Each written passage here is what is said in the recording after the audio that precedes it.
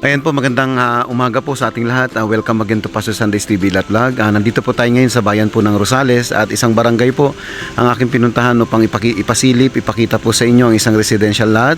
Ito po ay may sukat po na 500 square meter at may asking price na 650,000.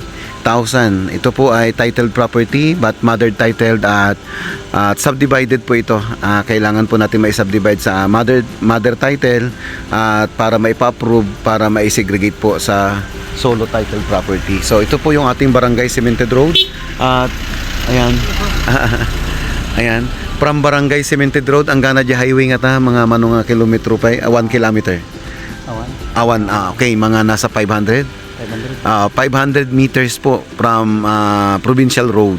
Ayan, Cemented Road po hanggang doon sa ating highway. Kaya ito po mga madam, mga sir, meron na po tayong kuryente, may water source na rin po dito sa area. At ito po mismo, okay, may muhon po tayo dito. Ayan, ito po mismo ang property. Ayan, so ayan po yung property po natin.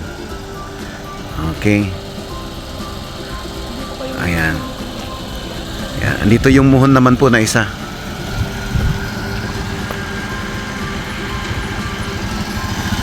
Hi, Juan bro. Good morning. Ayan. Ayan, ito po yung muhon na isa.